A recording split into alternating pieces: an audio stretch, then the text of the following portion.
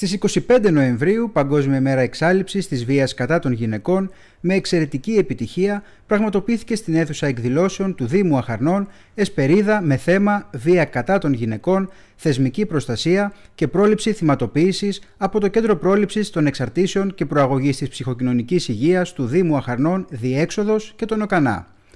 Όσοι βρέθηκαν στην εσπερίδα είχαν την ευκαιρία να ακούσουν και να ενημερωθούν από τους εκλεκτούς ομιλητές για τους τρόπους υποστήριξης και θεσμικής προστασίας θυμάτων βίας, καθώς και πρόληψης της θυματοποίησής τους.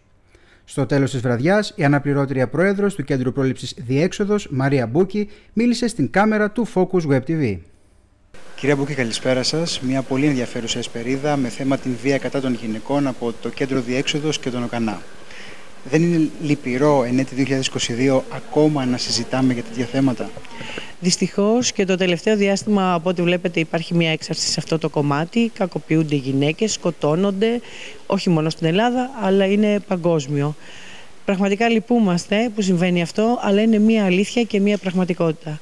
Σήμερα θελήσαμε να κάνουμε αυτή την εσπερίδα με το Κέντρο Διέξοδος για να μπορούμε να ενημερώσουμε πώς μπορούν κάποια πράγματα να αποφευθούν και κάποια πράγματα, όταν εφόσον έχουν συμβεί, που θα πρέπει να απευθυνθεί ο καθένας ώστε να μπορέσει να ανταπεξέλθει σε αυτό το πρόβλημα που του παρουσιάζει, το οποίο πραγματικά είναι πάρα πολύ δύσκολο.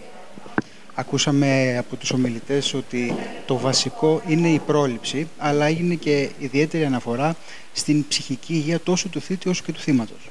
Ναι, σωστά. Η πρόληψη λοιπόν, όπως και το κέντρο μας αυτό κάνει, δεν θεραπεύει, πρόληψη κάνει. Είναι καλό γιατί θα πάρει τις ανάλογες οδηγίες, όπως είπα και προηγουμένως, ίσως το προλάβει. Καλό είναι να έρχεται στο κέντρο και σε όποιο άλλο κέντρο υπάρχει στην περιοχή του για αυτό το πράγμα, να μπορεί να ενημερώνεται, μήπως και καταφέρει να μην συμβεί αυτό το κακό της κακοποίησης που συμβαίνει σήμερα σε τόσο μεγάλη κλίμακα. Από εκεί και πέρα λοιπόν, όταν και αν και εφόσον συμβεί, που δεν το εύχεται κανένας μας, να ξέρει πώς θα το χειριστεί ώστε να είναι ψυχικά καλά, για να μπορεί να διαχειριστεί όλο αυτό το πρόβλημα που υπάρχει, γιατί τις περισσότερες φορές υπάρχει οικογένεια, παιδιά, πρέπει αυτό το πράγμα να μπορεί να το διαχειριστεί καλά, γι' αυτό πρέπει να είναι καλά ψυχικά.